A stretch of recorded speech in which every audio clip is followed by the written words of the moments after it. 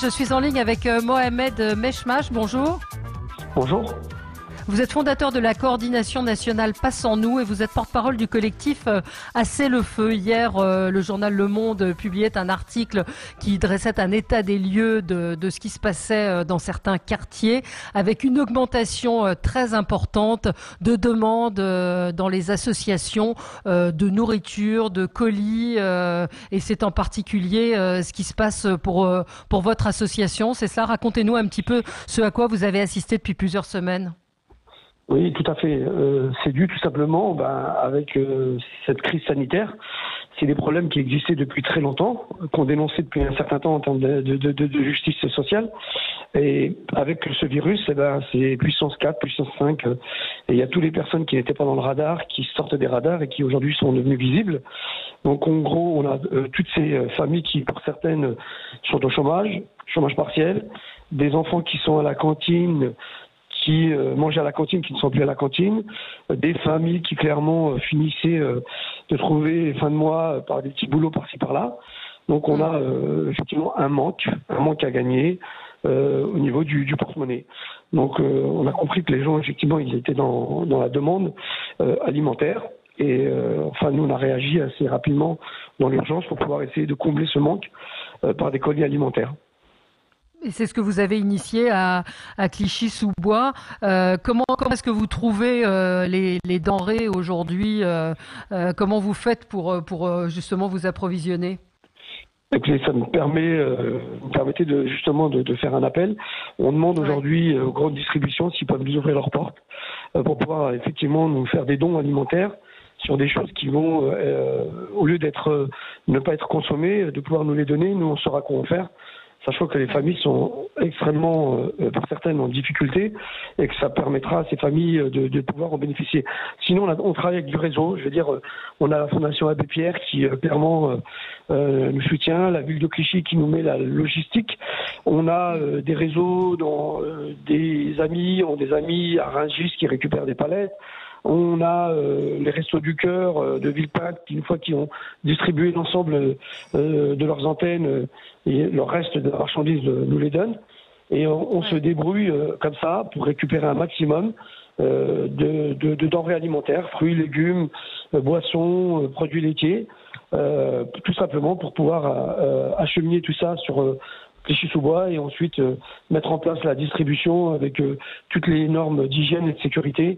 On a réussi à avoir des amis qui nous ont mis à disposition des chambres froides, nous ont passé des camions réfrigérés pour pouvoir transporter la marchandise clairement. On s'organise comme ça, quoi. Oui. Les gens qui viennent vous voir sont des gens que vous n'aviez pas l'habitude de voir? Certains, oui, c'est ceux qu'on ne voyait pas parce que, encore une fois, ils ont leur fierté, leur dignité. En toute humilité, il y en a qui sont malheureusement obligés de venir. Et puis on avait déjà des gens qui sont sous le seuil de pauvreté. Vous savez, il y en a qui travaillent mais qui n'y arrivent pas. Donc c'est aujourd'hui tout public qui viennent effectivement récupérer des colis alimentaires, quoi.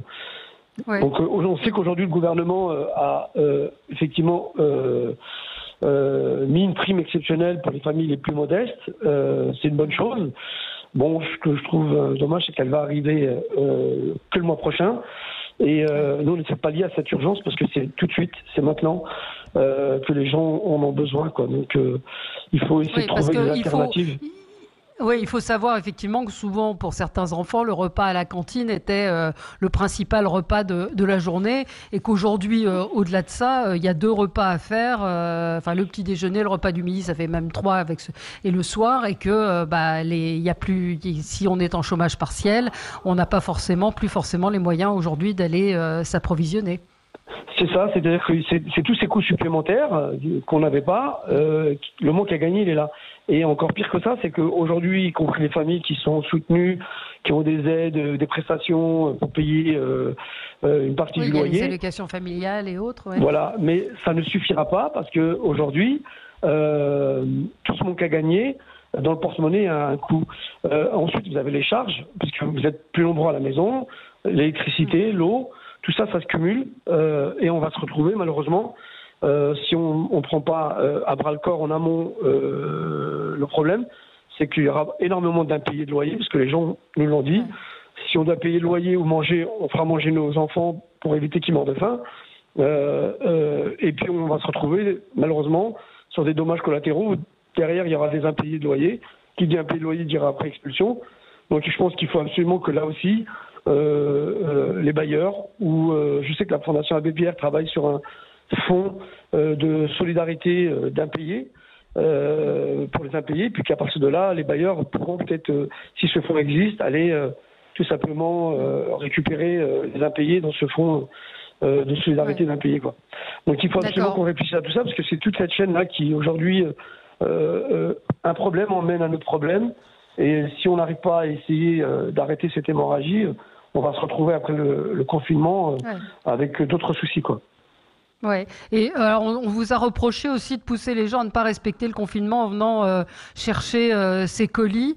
Les gestes barrières sont respectés. Pourtant, on a pu voir des images d'une file très très longue avec des gens qui respectaient ces distances.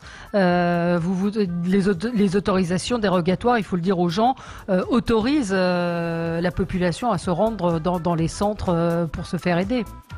Tout à fait. Ce qu'on essaye de pointer à chaque fois, c'est cette manière de dire qu'en banlieue, on respecterait pas le confinement, alors qu'en fait, c'est faux. Les gens, ils sortent pas par loisir ou par plaisir.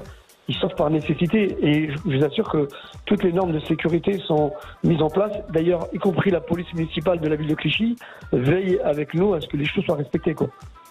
D'accord, très bien. Mais merci d'être intervenu et de nous avoir un petit peu expliqué ce qui se passait pour certains, dans certains endroits où effectivement le confinement, l'arrêt du travail a des conséquences très très compliquées.